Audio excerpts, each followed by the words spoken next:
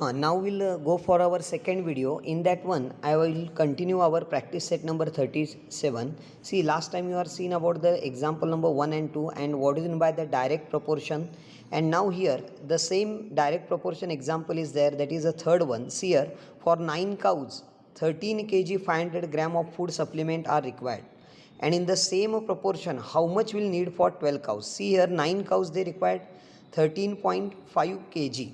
And if you take a 12 cows, definitely that whatever the food supplement they required, it will be increased, because this example is based on our direct proportion. Then here, how to solve this example? See here you write the let the quantity of food required for 13 cows you consider, 12 cows you consider as a x kg, and afterwards here you take the ratio of this. See here, for 9 cows they required 13.5 kg, that is a 13 kg and 500 gram, you can write in the way that is 13.5, and here for 12 cows they required x, and you take the ratio of this one.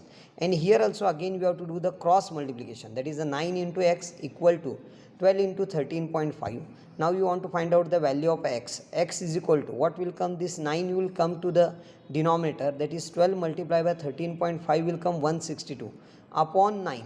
If you divide this 162 by 9, we will get 18 kg, means for 12 cows you required the 18 kg food supplement. Okay, then this is a third example for this one.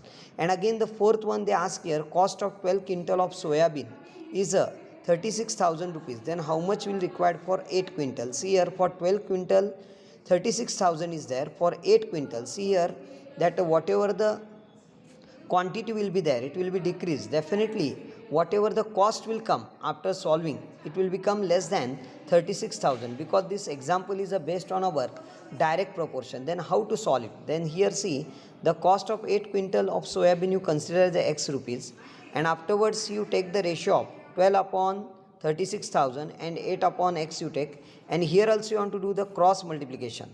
And here see here, x is equal to, will get 36,000 multiplied by 8 upon 12, then 12 3s are 36 will come, that is 3000 multiplied by 8, that will give 24,000. See here how the quantity will be decreased, according to that their cost will be also decreased. This is our direct proportion example.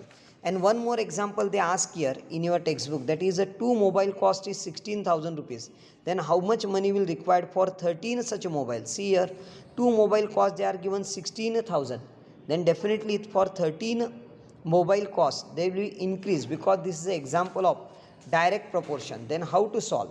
See here you write that money required for our 13 mobile you consider that is a x, and afterward you take a ratio of 2 upon 16,000 equal to 13 upon x you take, and here 2 into x equal to 13 into 16,000. Then x is equal to 13 multiplied by 16,000 upon 2, and 2 is a 16,000 is divisible by 2. Then what will come? 13 multiplied by 8,000, and if you do the calculation we will get 1,04,000 will be the money required for 13 mobile. Then this is about the direct proportion example you are seen in the practice set number 37.